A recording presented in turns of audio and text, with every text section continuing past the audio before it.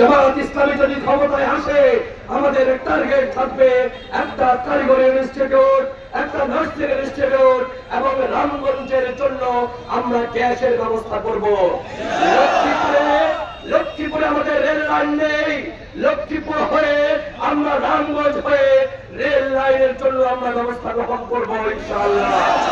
সংগ্রামী ভাইয়েরা, অবকাঠামোগত উন্নয়ন, স্কুল কলেজ পুল কালভার সহ রাস্তাঘাটের উন্নয়ন বিগত দিনে হয় নাই।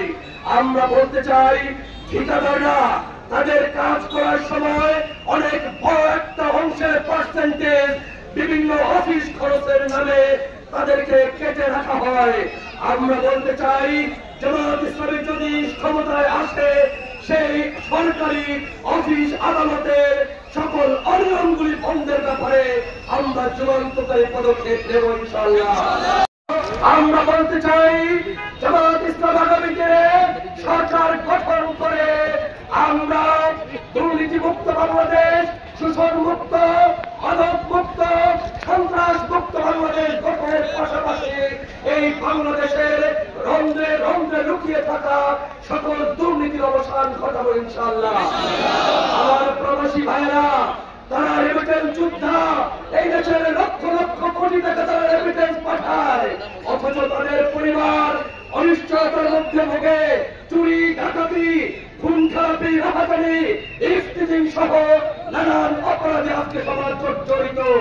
আমার প্রবাসী ভাইদের কান্না বলতে চাই, সেই প্রবাসী পরিবারদেরকে আমরা স্পেশালি তাদেরকে নজরদারিতে রাখবো, যাতে পুরো প্রকার বিশৃঙ্খলাকারী আমার প্রবাসী ভাই বোনদেরকে, প্রবাসী পরিবারকে তারা নিরাপত্তা বিঘ্নিত না হয়।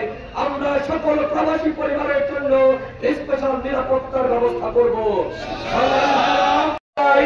আগামী দিনে জনগণের ভালোবাসায়, আল্লাহর ইচ্ছায় জামাত ইসলামী যদি সরকার গঠন করে আমরা প্রথমত এই বাংলাদেশকে দুর্নীতিমুক্ত করবো ইনশাআল্লাহ। বেকার সমস্যা দূরীকরণ, এটি আমাদের প্রধান টার্গেট।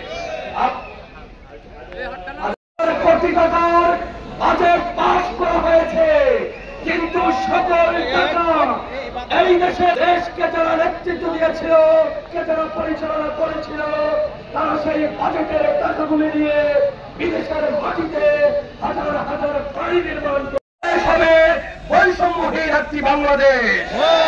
আমার সংগ্রামী ভাইরা, আমরা এই দেশটাকে তলাবিহীন